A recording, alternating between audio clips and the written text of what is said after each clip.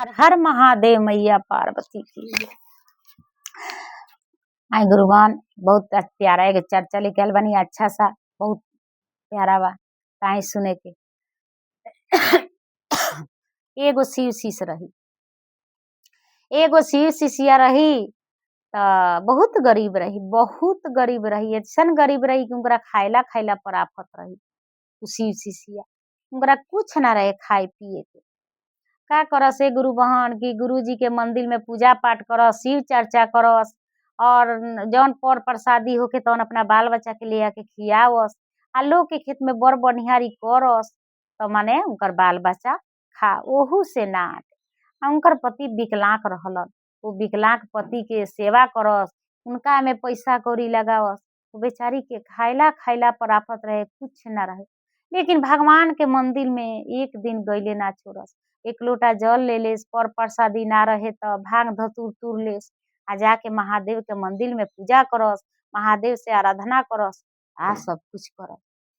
का कैली शिष्या बहन की मन में सोचली कि उनकरा माई बाबू ना रहे, भाई भौजाई रहे।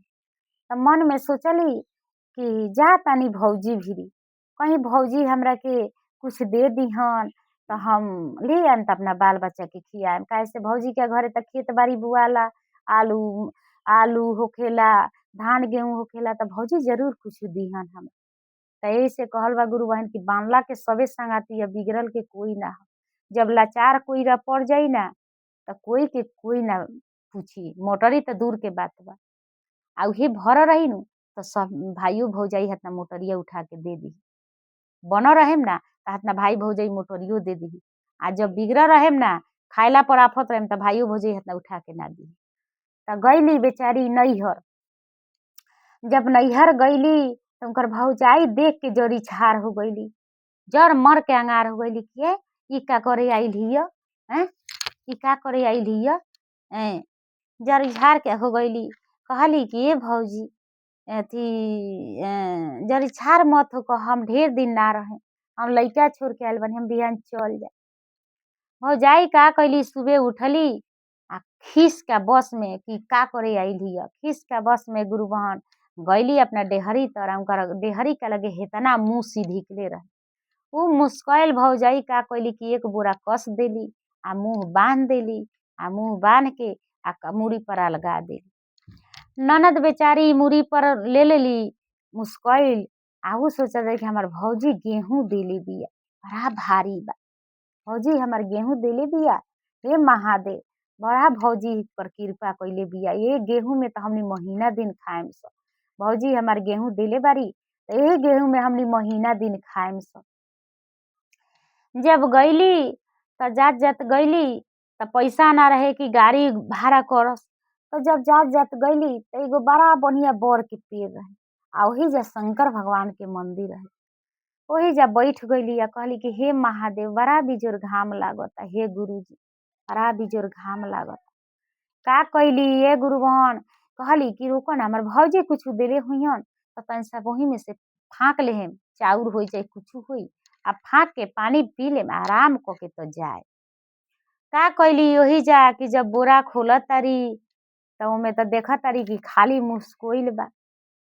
अब तो भूख का बस में का कैली गुरु बहन की हाथना सा मुस्कैल माटी ले लेली आ फाँक लेली आ फाँक के वही जा शंकर भगवान के मंदिर तरी नार रहे ओही में से पानी पी लेली आ पी के कहली जाके शंकर जी के मंदिर में अछोधा होके रोअली आ कहली कि हे शंकर भगवान ऐसन दिन हमारा आ गइल बा कि हमार भौजाई मुस्कैल कस देले बारी एक बोरा।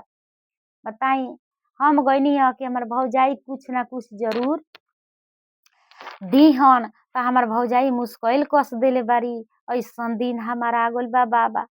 हम तो सुनले बानी कि रउरा शिव शिष पर दया करेनी, कृपा करेनी।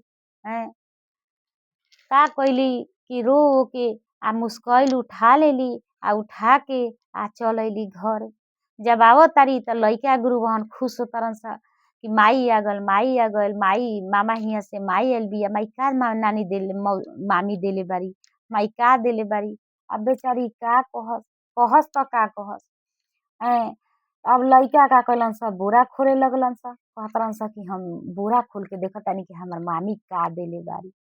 जब गुरुबान लइका बोरा खोले लगलन स खोलत तरन स त वो बोरा में देखत तरन स कि चाउर, गेहूं वो बोरा में हते मार पियरे पियरे सोना, चांदी, रुपया, पैसा वही बोरा में सब भरल। त बड़ लइका कहता ए माई कितना मामी तहरा के मानेली कि केतना चाउर देले बारी, गेहूं देले बारी, आ पियरे पियरे का हो माई। अब बेचारी बैठल रही मथखा होके दुआरी पर आ सोचत तारी कि रे हम त खोलनी ह त मुस्कुआई रहलक ह। आ कैसे लइकवा कहत रहन स कि चाउर बा, दाल बा, पियरे पियरे कादू बा। रुक त देखतानी।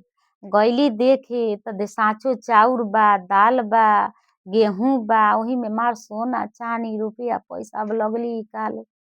जब इकाल कहली कि बाप रे बाप सब हमरा गुरुजी के दया हो, सब हमार महादेव के दया हो, शिव शीश बनल बानी, हमार गुरुजी दया कर देले बानी। ए गुरु बहन का कइली कि अपन बहुत दिन से बाल बच्चा के सुख शांति से बनावे लगली, खियावे लगली आ खाए लगली। आ का कइली कि वही पैसा से घर दुआर बनौली, वही सोना चांदी बेच खुच के घर दुआर बनौली। आ ओह दिन से लगली अच्छा से खाए पिए आ बाल बच्चा से खुशी से रहे लगली। हैं आ ऐसन गुरु के कृपा भइल कि निके नाल से रहे लगली। आ रहला के बाद में गुरुजी उनकरो ऊपर दया करे लगलन आ कइलन। यही से कहल बा कि महादेव कब केकरा पर दया करेनी ई कोई ना जानेला। उनकर दया कब केकरा पर बरस जाई ई कोई ना जाने।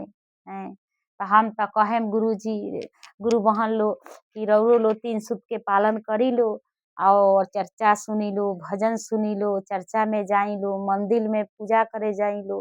बाबा सब पर कृपा करिहन, हमरो पर कइले बानी महादेव आ सब पर करे।